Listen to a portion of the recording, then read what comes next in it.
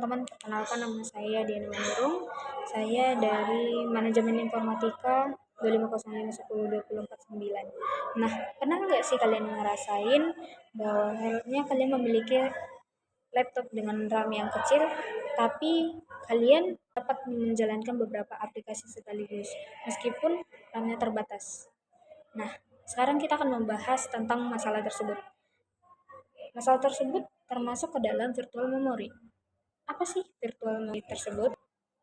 Jadi, virtual memory itu adalah teknik yang dimana sistem operasi menggunakan sebagian dari penyimpanan seperti hard disk atau SSD dari perpanjangan si RAM ini. Tujuannya apa?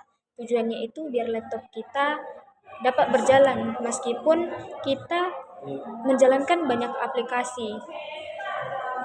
Nah, terus bagaimana sih cara kerja dari virtual memory tersebut? Nah, ketika RAM penuh, sistem operasi akan memindahkan sebagian data yang jarang dipakai ke penyimpanan. Proses tersebut disebut sebagai paging.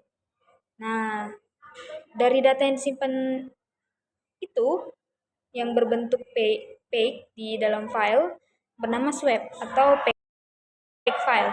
Nah, jadi RAM itu bisa berfokus pada data yang lagi aktif digunakan. Nah, terus apa sih contoh atau kasus nyata dari virtual memory tersebut? Jadi contohnya itu kamu punya laptop nih, RAM-nya 4 GB. Tapi kamu buka Google Chrome, Microsoft Word, Spotify atau game yang punya penyimpanannya itu berat gitu. Terus RAM kamu udah penuh tuh, supaya nggak crash, Windows atau Linux yang ada di PC kamu akan memindahkan aplikasi yang lagi idle ke virtual memory. Misalnya Word. Makanya kalau Word terasa agak lambat gitu pas dibuka itu alasannya karena datanya harus diambil dari SD bukan dari RAM-nya. Terus apa sih kelebihan dan kekurangan dari virtual memory tersebut? Kelebihan dari virtual memory itu yang pertama bisa dibuka banyak aplikasi meskipun RAM-nya itu kecil. Terus kedua, dapat mencegah aplikasi crash.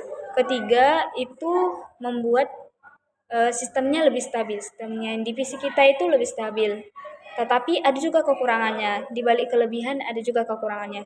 Kekurangannya yaitu kinerjanya lebih lambat, SSD-nya lebih cepat aus kalau swipe-nya terlalu tinggi gitu.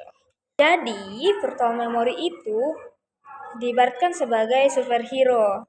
Ketika RAM kamu kecil, dia nggak secepat RAM sih, tapi berguna banget lah untuk menjaga sistem yang ada di PC itu tetap berjalan. Oke, terima kasih teman-teman.